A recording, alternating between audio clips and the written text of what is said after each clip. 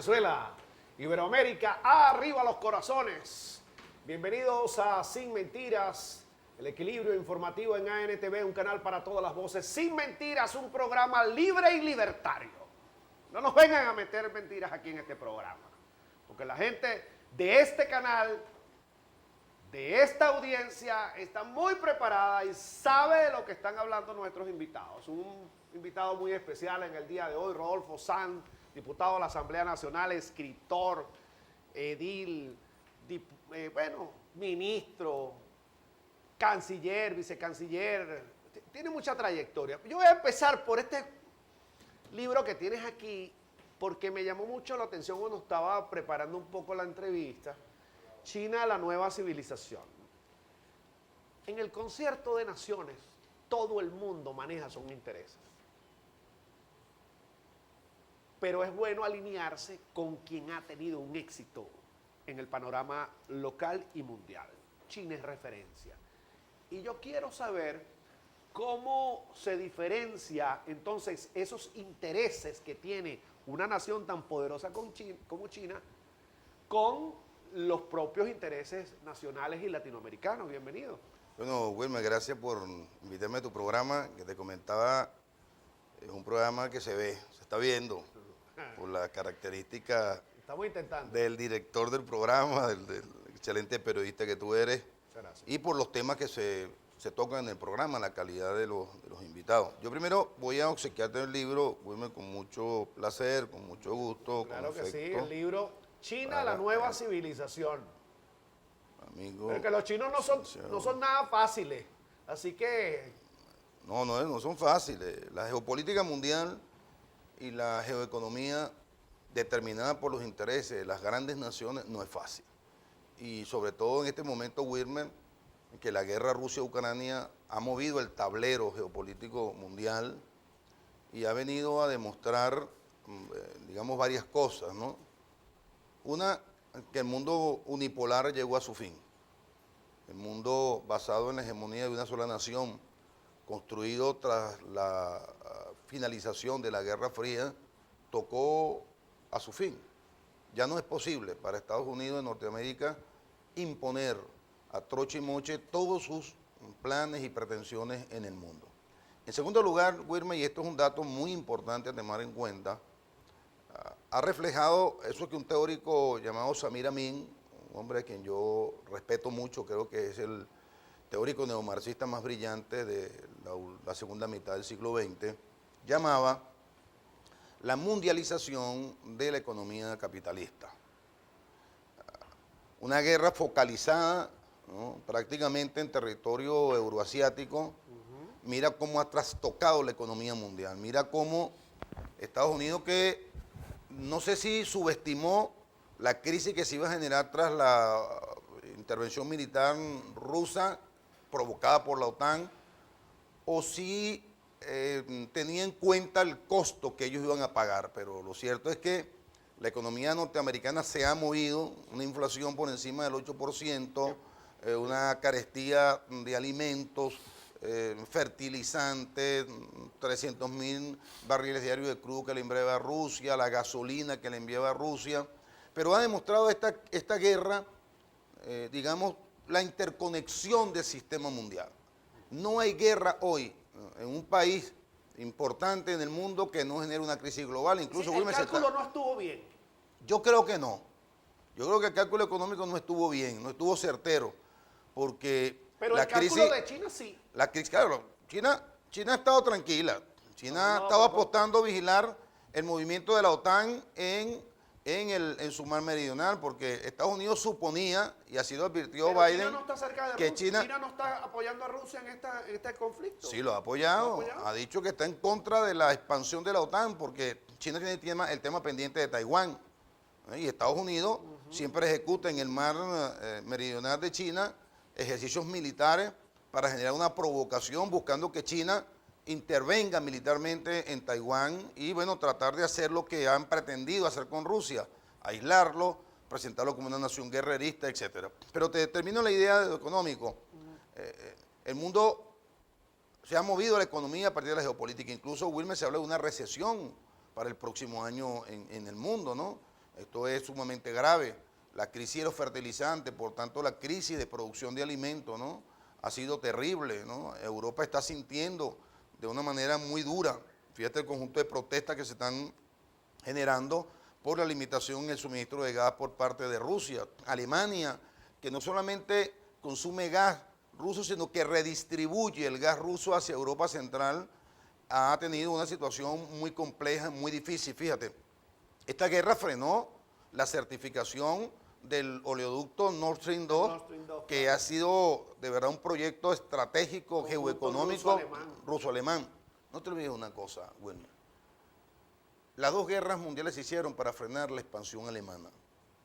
Y Putin dijo el año pasado, los recursos naturales de Rusia, su ubicación geoestratégica en Eurasia, unida al desarrollo de la ciencia y la tecnología alemana, pueden convertirse en un eje para el control de Eurasia. Hay teóricos como Gumilev, un teórico de la geopolítica rusa, que señala que la alianza natural es Rusia, Alemania, Japón, para el control del Pacífico, el control de Europa Central y de toda Eurasia. Alemania es una potencia industrial y económica sumamente relevante en Europa y en el mundo. Es que juegan con un bisturí muy certero, ¿no? Casi que punta de diamante los alemanes, ¿no?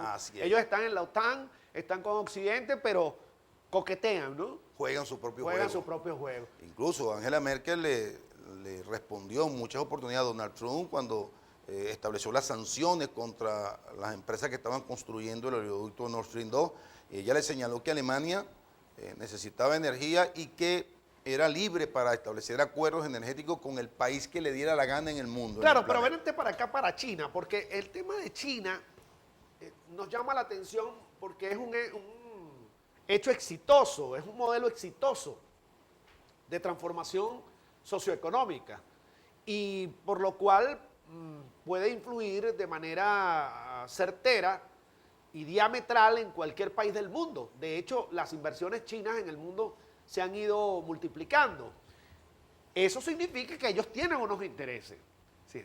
Entonces, en tu libro, yo quisiera saber que si esos intereses son desvelados como tal, son señalados, o es válido acudir a este tipo de entramado para decir, bueno, ellos fueron exitosos, nosotros también podemos seguir esa senda.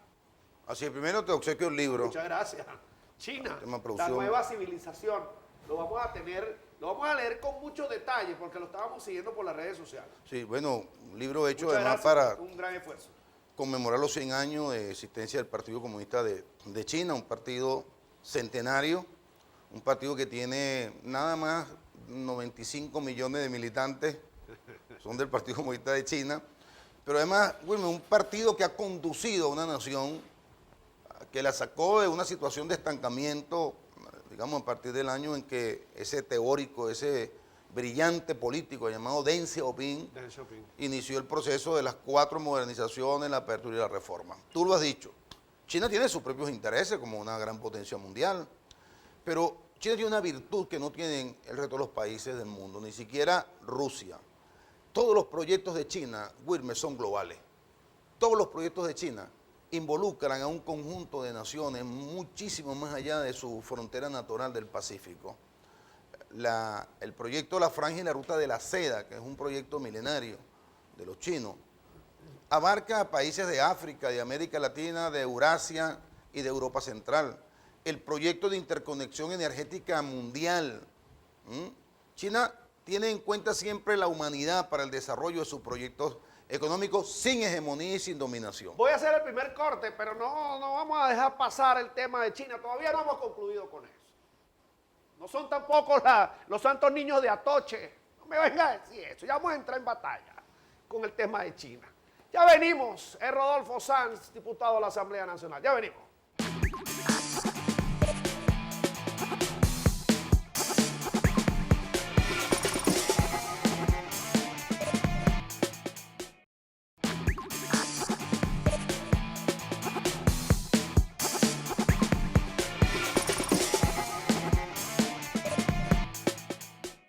Continuamos con el diputado Rodolfo Sanz. que estamos hablando de China, vamos a hablar de varias cosas nacionales, internacionales. Empezamos por allí a propósito del libro. Pero bueno, me dicen ya rápidamente, sí, pregúntale por el tema de Taiwán, pregúntale por el tema del Tíbet, pregúntale por el Dalai Lama, pregúntale por esas cosas para que hablen y opinen, porque no es que son la Madre Teresa de Calcuta, yo entiendo y somos respetuosos y además aceptamos las grandes influencias o las grandes posibilidades de acuerdo, de alianza, porque si tú no tienes un acuerdo con una gran potencia, tienes con la otra, pues así de sencillo. Entonces yo quiero que tú me des una opinión para entrar en otros temas específicos de eso, cómo se maneja China en el contexto de esos problemas globales, porque también son globales. Sí. Y la otra perlita, tú sabes que esto es un caramelo de cianuro el programa, ¿no?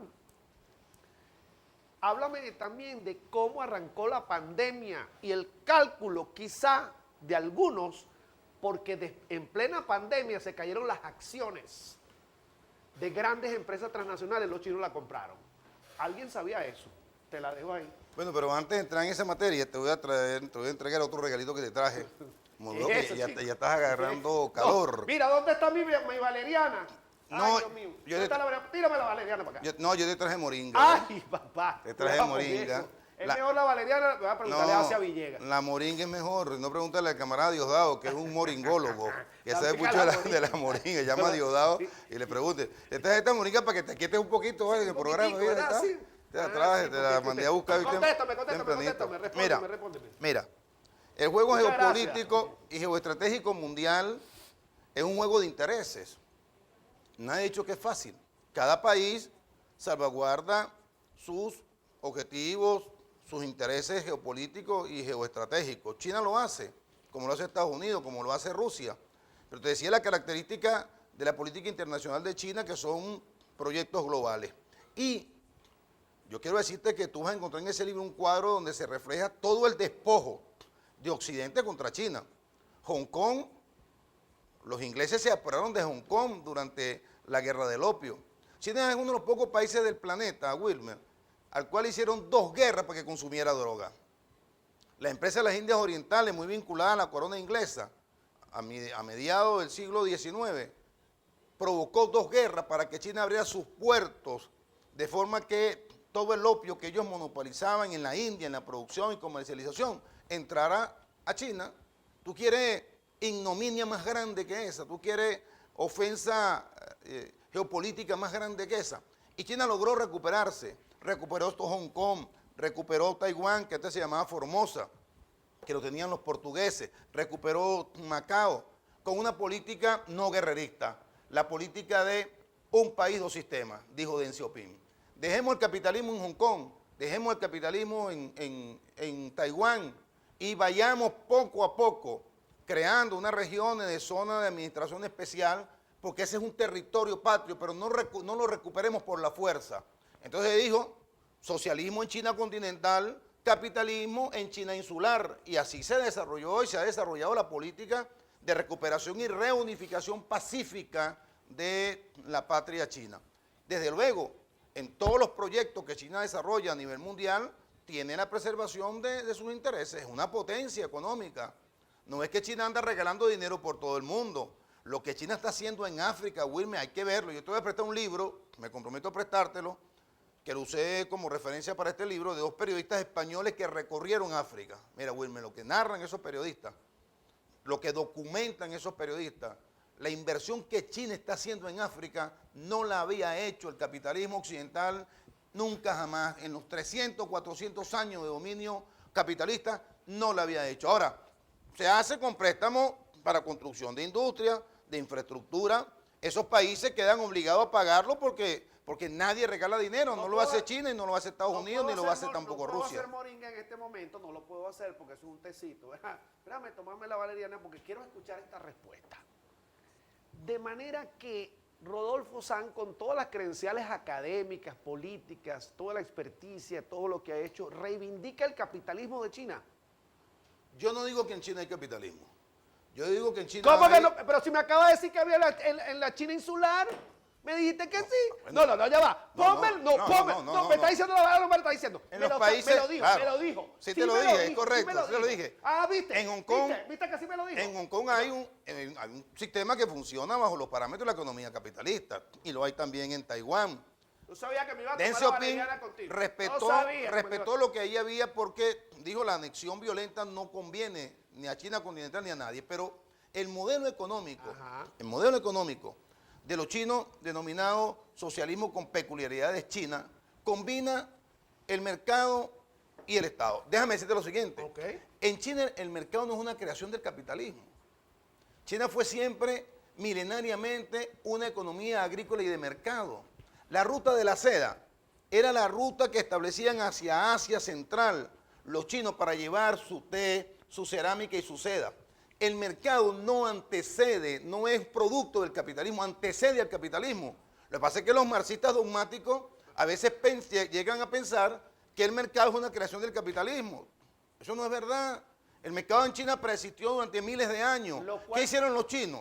Con esa tradición, usar intensivamente las posibilidades que brinda el mercado mundial, que la brinda, crear un mercado interno fuerte, bajo la consigna de una sociedad modestamente acomodada que implicó aumentar el consumo interno de China para crear una clase media que sacara de la pobreza a una altísima parte de la población y utilizar las palancas de control, de regulación del Estado para crear una economía fuerte. Pero China nunca negó el mercado mundial, nunca negó la globalización, se insertó en ella con una política autónoma, con una política orientada por el Estado y por el Partido Comunista. No hay posibilidad de hacer otra cosa en el mundo de hoy. No hay posibilidad. Dos cosas ahí. Una de ellas extraordinaria, muy importante. Rodolfo Sanz se aparta de los radicales y de los dogmas marxistas, comunistas. Tú estás apartado de eso. ¿Tú no crees en eso? Hace años. Hace años. El dogmatismo hace años. Hace años. Es decir, es una renovación académica de hace muchos años y también política. Pero además, la señora que vive en Guatire, en Barlovento, me está diciendo ahora usted día, pregúntale a Rodolfo esto, mira esto. Los chinos meten $1.000 y quieren ganar $1 millón y quieren ganar plata. ¿Ganan o no ganan con eso? Si tú vas a invertir dinero, tú quieres perder. Ya va, estoy preguntando. Pero es que los chinos son humanos como eres tú. Te hago una pregunta. ¿Tú montarías un No negocio me hagas para perder? pregunta, no puedes hacerme preguntas. Yo sé que te la hago a ti. ¿Por qué no? No es así. Porque ¿por qué entonces, no? pues, vamos a traer. Bueno, ese es otro programa. Aquí Ese no es otro programa. no hay el derecho a replicarte con una pregunta. Yo te puedo responder con una pregunta. Claro, vamos a ver. Te hago una O pregunta. sea, tú haces un negocio para perder, pues. Ya. Te voy a invitarme a hacer un negocio y te voy a decir, vas a poner $100, Wilmer, y vas a ganarte 50 y vas a perder. Y tú me vas a decir, sí, Rodolfo, allá, ¿cuándo los pongo y dónde los pongo? Todo el que invierte quiere ganar. Eso es una ley natural. Ya me respondió. Eso no lo inventó el Ya capitalismo. me respondió. Eso tampoco lo inventó el capitalismo. Eso tampoco lo inventó el capitalismo. El afán de ganancia del ser humano lo inventó el capitalismo. No, hermano. Que el capitalismo lo ha exacerbado, que el capitalismo lo convirtió en el centro de la vida de los seres humanos. La acumulación infinita, eso es otra cosa, pero nadie monta en sano juicio un negocio para perder a menos que esté chiflado, a menos que esté loco. Si no, búscame un marxista que quiera montar un negocio para perder, pues. Oye, voy a meter $1.000 y entonces lo voy a recuperar en 50 años y a lo mejor pierdo, pero bueno, a mí eso no me importa. Ese está loco. Vamos a brindar con valeriana. Ese está chiflado. ¿Tú no tomas valeriana? No, brindar con valeriana. No, brindar con valeriana. Aclarado el tema. Es que es bueno. Es que es bueno. ¿Sabes por qué? Vas a tomarme la valeriana. La gente cree que es mentira. Cuando consigas un socialista que te diga a ti que va a hacer un negocio para perder, que va a montar una venta de lo que sea de empanada para perder, ¿verdad? Tú me lo informas para que entre los dos le pongamos una camisa de fuerza y lo llevemos para Bárbula. Ok, voy a hacer un corte, pero al regreso vamos a seguir tocando elementos ahora más nacionales, más locales, porque nuestro invitado con todo ese currículum da para muchas cosas y muchos programas. Ya venimos, ya venimos.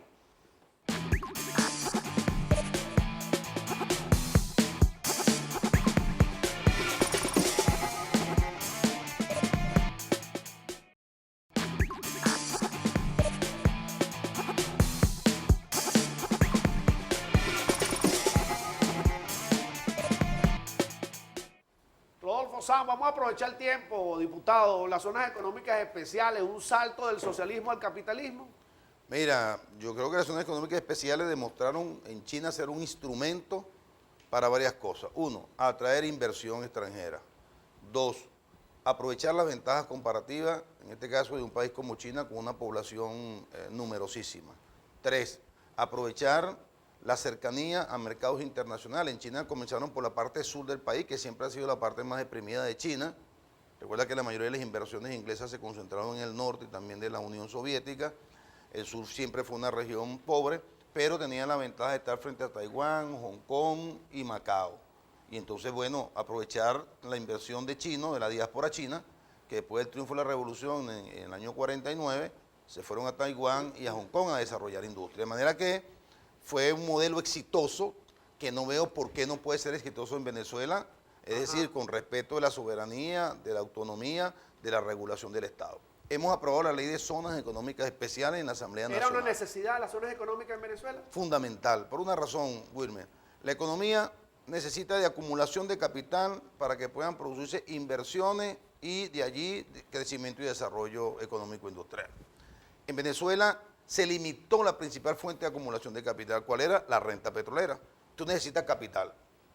Ser creativo, generar. Tienes varias opciones para traerlo. Endeudamiento, inversión extranjera.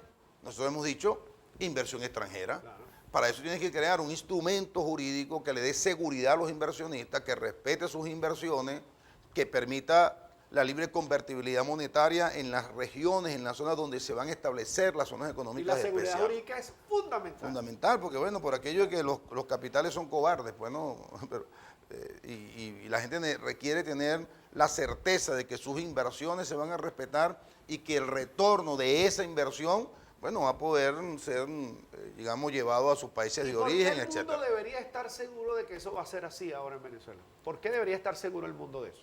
Es que nosotros siempre hemos respetado, Wilmer, la propiedad privada de medios de producción y la revolución siempre convivió con sectores privados.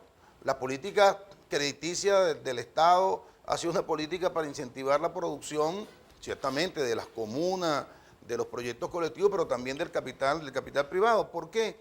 Porque en esta época, en esta nueva época en que el presidente Maduro ha dicho que entró el socialismo venezolano, la nueva época de transición al socialismo, es importante, es fundamental la combinación de la inversión privada con la inversión pública del Estado, en el momento en que la capacidad financiera y económica del Estado se ha visto disminuida por el bloqueo y la caída de la renta petrolera. La sobriedad y la solvencia académica e intelectual y la experticia política que exhibe nos permite preguntarle una cosa aquí sencillita así como que para que, tú sabes, el programa se mantenga.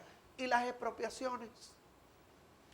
Yo creo que en las zonas económicas especiales debe haber la seguridad de que los capitales y los bienes vinculados a las inversiones en las zonas económicas especiales, yo tengo la plena seguridad, no van a ser objeto de ningún tipo de expropiaciones, a menos que se detecte que capitales de esas zonas económicas especiales están vinculados al narcotráfico o al lavado de dinero. Pero realmente no tendría ningún sentido montar zonas económicas especiales para expropiar a quienes se establezcan allí. Hay una vital que conoce muy bien el tema, las empresas de Guayana, Bolívar, toda esa zona, es una zona económica especial. Yo creo que debe ser una zona económica especial. Bolívar, Monagas, del Tamacuro. Explica por qué. Porque, en primer lugar, allí se concentra una buena parte de los recursos naturales, que es la ventaja comparativa y competitiva que tenemos nosotros. Los chinos tuvieron abundante mano de obra, nosotros tenemos abundantes recursos naturales, tenemos que aprovecharlos. Tenemos conexión por el Atlántico y por el Caribe, hacia África Occidental, que está aquí, y hacia los dos grandes mercados del sur, que son Brasil, Argentina. Conexión marítima por el Atlántico, conexión fluvial por el Río Negro y conexión terrestre con Brasil por Santa Elena de Guairén. Tenemos entonces recursos naturales, ubicación geográfica, geoestratégica, conexión con los dos grandes mercados y con África Occidental. Es la región que mejores condiciones reúne para el establecimiento de una gran zona económica especial susceptible de atraer inversión por lo que allí hay. Esa es una de las que yo planteo. En segundo lugar, planteo una zona económica insular. Todas las islas nuestras en el Caribe, una sola zona económica especial con un solo régimen de inversión. para el desarrollo del turismo, con hoteles a grandes escalas, donde puedan venir turistas del exterior y pagar en divisas, ahí en esa zona económica especial, y puedan tributar a los estados de tierra firme, ¿verdad? Puerto La Cruz, Sucre, La Guaira, pero el epicentro sea el territorio insular. Hay empresas mundiales que, por ejemplo, en Cuba le permitieron convertir el turismo en la primera fuente de ingresos del país. Una zona económica de Falcón, Zulia, Táchira, petroquímica. Petroquímica.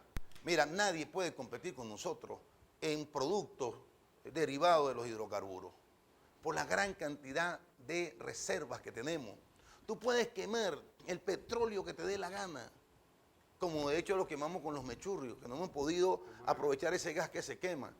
Nosotros tenemos cómo, Wilmer, cómo usar intensivamente el petróleo, incluso antes de que se termine de producir la transición energética hacia otras energías renovables, alternativas, el hidrógeno, etcétera.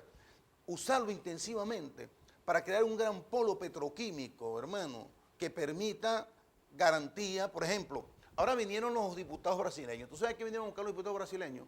Posibilidad de inversiones para producir en Venezuela fertilizantes. ¿Cuáles fertilizantes? Los que dejó de enviarle Rusia por la guerra. Han dejado de producir en mucho más de 200 millones de hectáreas de terreno en Brasil. Tienen una crisis de producción agrícola, Wilmer. Brasil en este momento, por la inexistencia de los fertilizantes que le enviaba Rusia. Es decir, ¿Tú crees que Bolsonaro... Que si antes estábamos en el ojo del huracán, ahora estamos súper... En el mero centro. En el mero centro. Así es, pero hermano. hay dos cosas ahí rapidito. Cuando hablaste del tema de la zona insular, la señora que va a nuestras islas del turismo, hablaste del turismo, dicen, bueno, ¿y cómo van a hacer si establecen una zona económica especial para atraer los grandes volúmenes turísticos del mundo en comparación al turismo local? Porque hay que salvaguardar la posibilidad del turismo interno. No se limita. Cuba lo ha hecho. O sea, Cuba tiene islotes, cayos, donde hay inversión extranjera y los cubanos tienen acceso a esa zona insular perfectamente, con programas que se hacen anualmente. Es compatible perfectamente el turismo nacional con el turismo internacional de grandes inversiones, que es el turismo, Wilmer, en esa zona insular en el que yo particularmente creo. Okay, y el otro punto tiene que ver con el establecimiento de zonas económicas especiales, pero no dependiendo del territorio, sino de la actividad propiamente dicha. También, nosotros hemos dicho, y lo establece la ley orgánica, que deben producirse los encadenamientos productivos.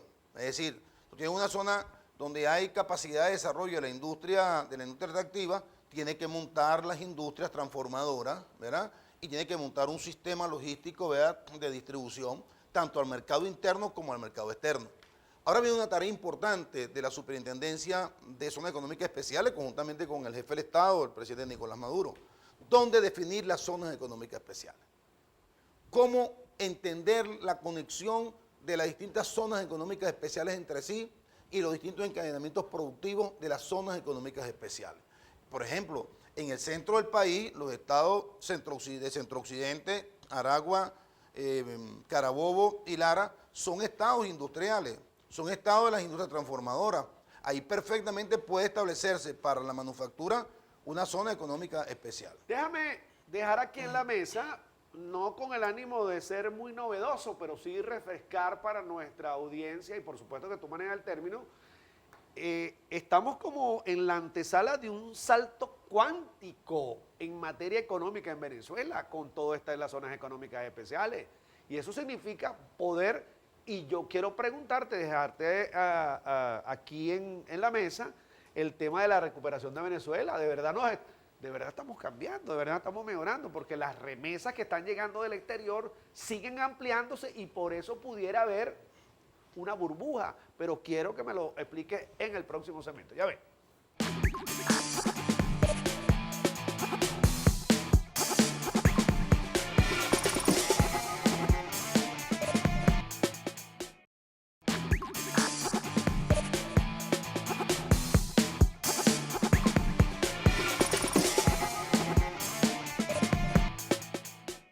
Bueno, Venezuela se está arreglando realmente, Rodolfo, ¿sí o no? Mira, Wilmer. Dime la verdad, no me vengas con guabineo que tú sabes que los elementos, que la...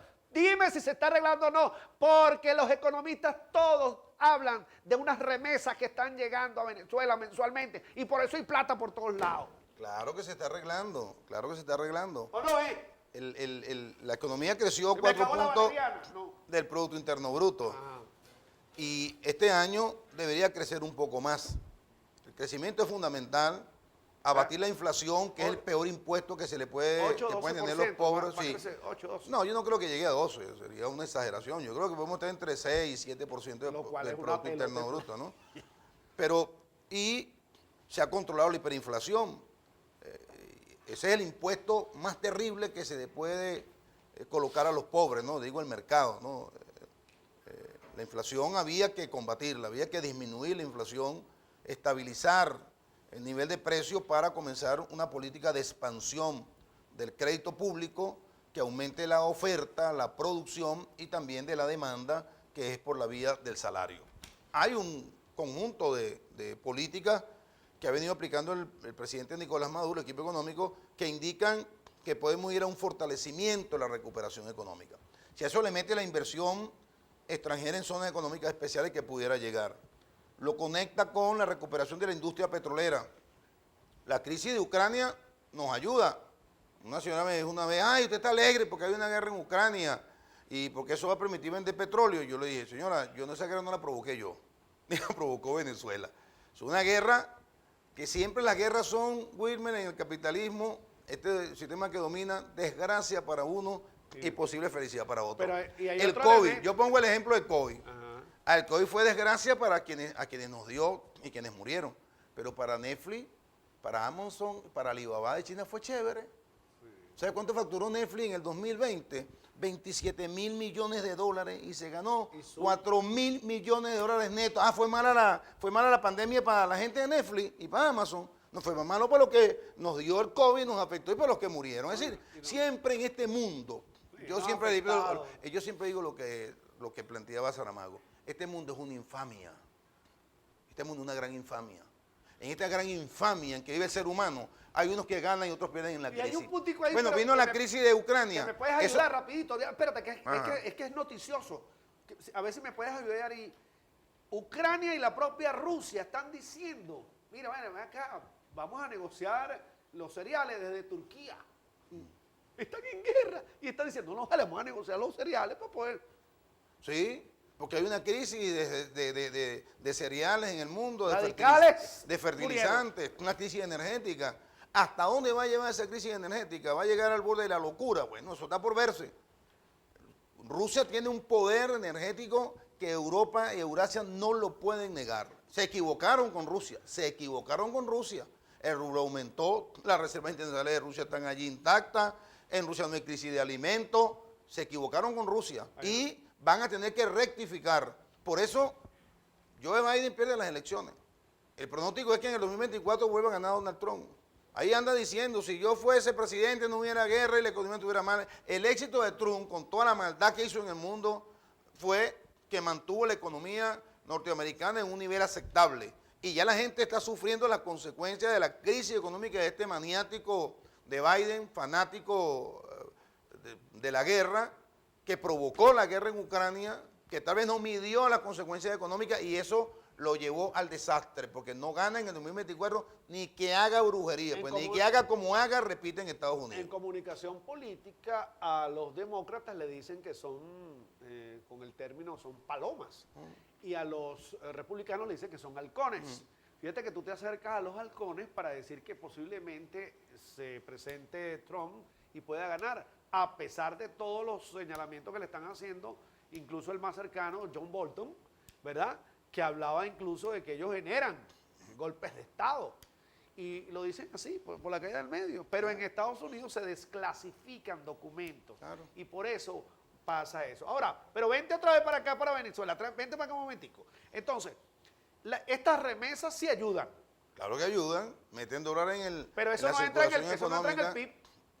Claro que entra en el PIB porque genera un efecto de crecimiento económico. Claro, porque después... En el consumo. En el consumo, claro, por el consumo, claro. Ahí. Claro. Y entonces, significa que a final de año, final de año 22, 23, cuando subamos la producción petrolera, pudiéramos estar en qué. Estamos hablando de qué, en el PIB, y estamos hablando de, específicamente para la gente que nos escucha, ¿de qué estamos hablando? Pudiéramos estar consolidando el crecimiento y hacerlo sostenible en el tiempo.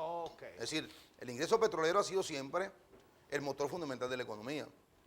Y lo seguirá Nosotros siendo. vamos a tener renta por muchos años mientras haya petróleo. Nosotros vamos a tener un ingreso que siempre va a exceder mucho el costo de producción, pero como tú sabes, el precio del petróleo está sujeto a los vaivenes de la situación mundial.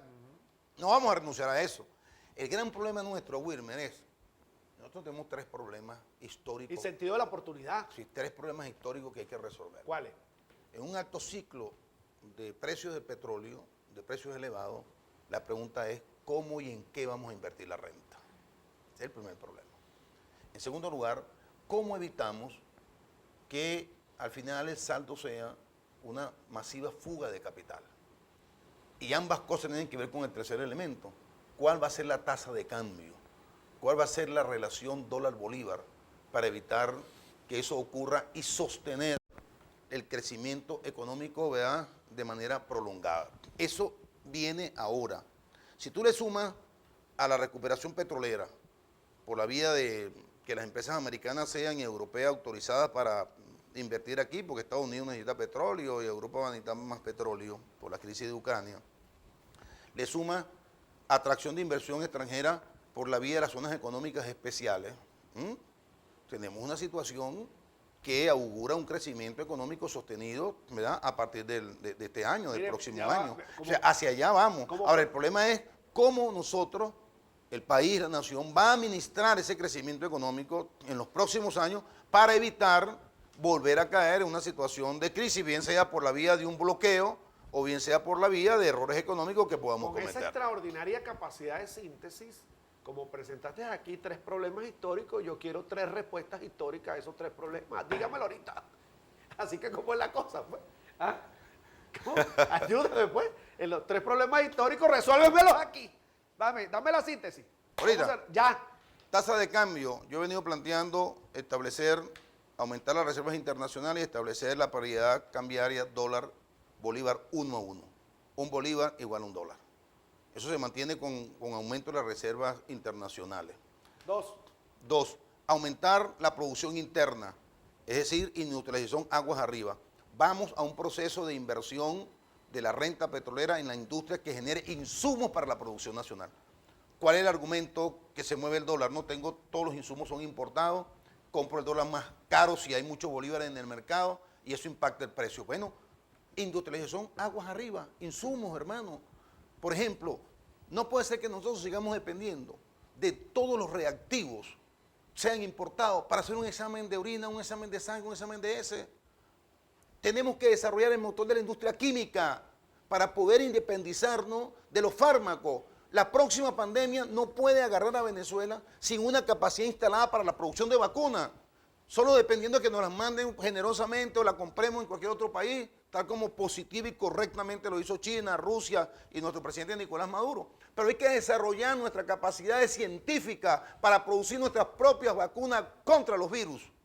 Industrialización aguas arriba, fortalecimiento de la producción nacional para que el capital en divisa no se vaya al mercado mundial. Esa es la segunda respuesta que te estoy dando. ¿Cuál es la tercera?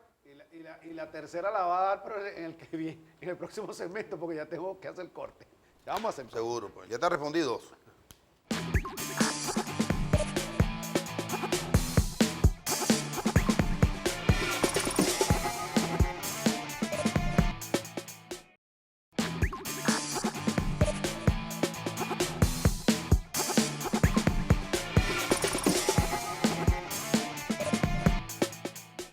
Continuamos con Rodolfo Sanz. Bueno, rapidito porque tengo que agradecer la presencia en el patrocinio de la alcaldía del municipio Vargas. Suárez resuelve en Vargas con una gestión eficiente, lo está haciendo y agradecido por ese apoyo al programa. Allá en Vargas hay una gestión que mostrar, al igual que el municipio Plaza en Guarenas.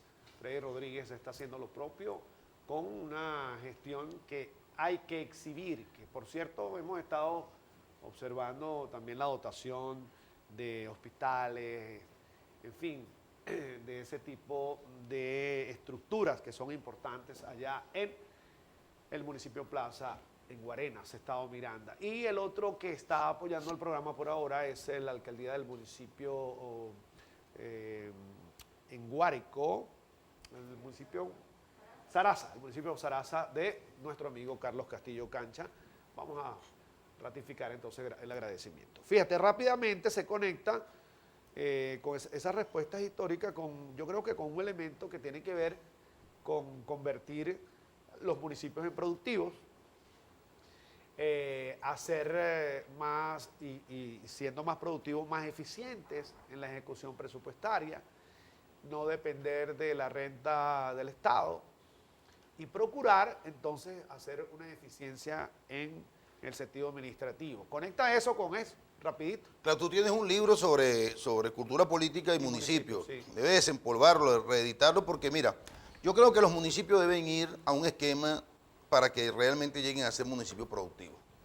Ya esta tendencia está en desarrollo porque la mayoría de las alcaldías, sobre todo del chavismo, han creado muchas empresas.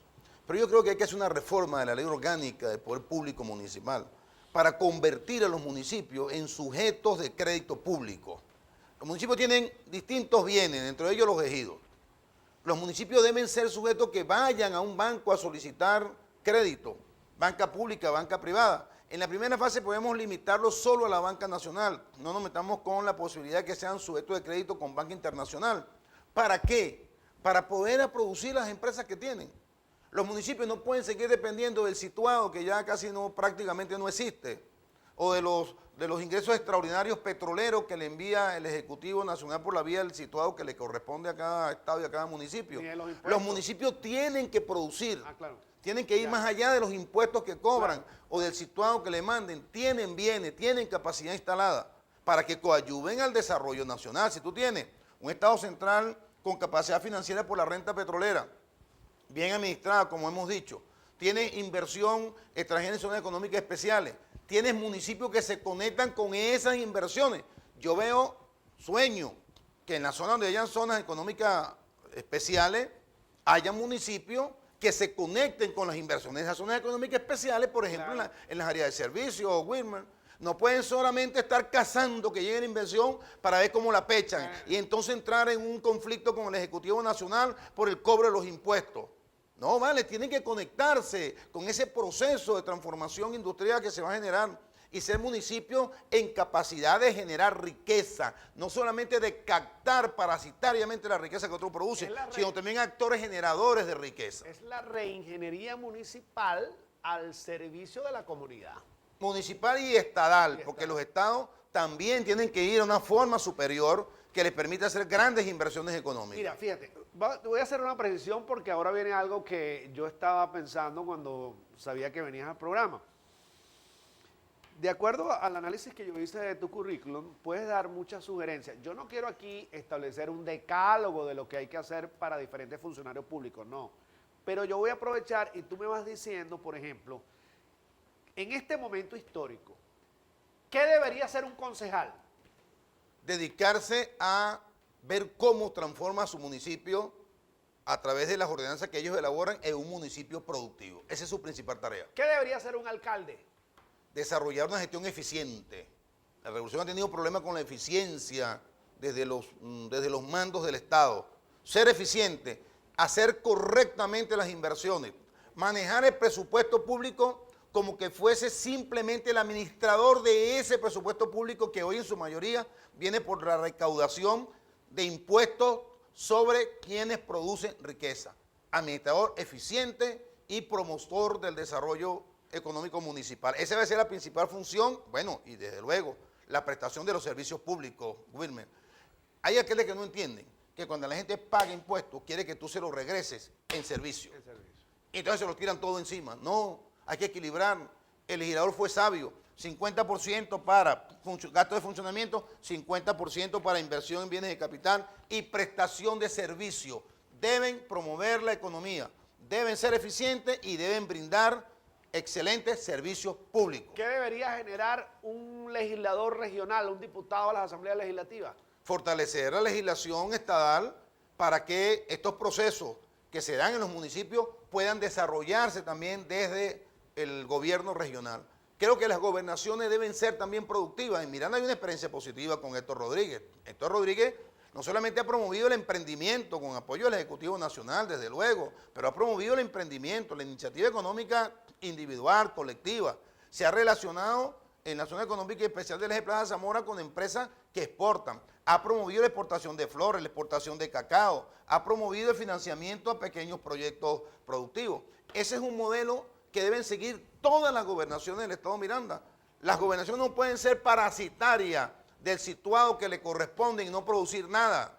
No, hermano, se acabó la época en que la renta petrolera permitía hacer de todo, incluso darle dinero a las gobernaciones y a las alcaldías para que lo derrocharan. Eso se acabó. Pero la producción debe venir de abajo hacia arriba. El Estado central productivo, pero el Estado regional y el Estado local tienen que ser más productivos que el Estado central. Pero siempre surge la pregunta porque es la diatriba política, ideológica, etcétera. Entonces dice, bueno, está bien, diputado, nosotros podemos hacer eso, pero es que hay alcaldes que no son de la misma tendencia que el gobernador, que en este momento el país exige un encuentro.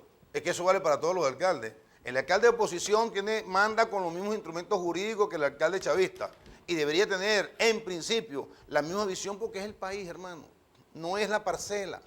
No es que el alcaldito es un reyesuelito allí en su municipio porque es de la derecha y está aislado del chavismo. No, esta política que te estoy indicando debe ser para todas las alcaldías. Es para la estructura de poder del Estado en sus distintos niveles, regional y local, municipal. No puedo dejar de preguntarte sobre el tema del 7 de agosto de Gustavo Petro cuando ya asuma el poder oficialmente, porque está mandando más ahorita por Twitter que... Está mandando muchísimo, ya todavía no ha asumido, pero ya manda Mira, muchísimo. lo que ocurrió en Colombia en hecho histórico sin precedente en América Latina, el triunfo de Petro. Yo conocí a Petro en el 99, cuando fuimos a una conferencia siendo constituyente, a él, a Navarro Bol, a varios excomandantes del M-19, en Cúcuta, por cierto, unas conferencias que dimos allí. Y me parece un hombre centrado. Muchos dicen que uno de los hombres más inteligentes hoy de Colombia, ¿no? Más preparados de Colombia, ¿no? Ganó, y yo decía antes que Petro ganara, en la certeza que iba a ganar, una entrevista que me hizo el diario Trinchera, creo, de México, que yo le pedía a Petro tres cosas. No le pido que sea socialista, ni se declare marxista, ni socialista, ni anticapitalista. Yo no le pedí eso a Petro. Yo le pido que restablezca las relaciones con Venezuela, haga justicia con el despojo que se le hizo a la nación y evite que el territorio colombiano sea utilizado para la conspiración de proyectos de invasión a Venezuela. 3, que restablezca el comercio, que permita el restablecimiento del comercio fronterizo.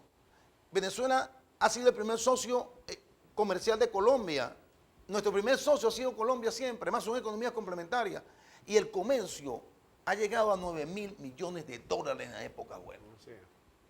Cuando se cae el comercio, ¿quiénes sufren? Los pueblos, los comerciantes, los industriales que dejan de producir.